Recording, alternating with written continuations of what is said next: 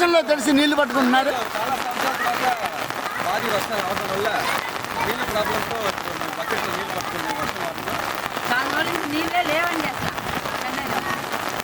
దానివల్ల మేము office leave చేసి నీళ్ళు పట్టుకుంటాం. వర్షం చూడగానే ఆఫీస్ నుంచి వచ్చారా? ఓకే.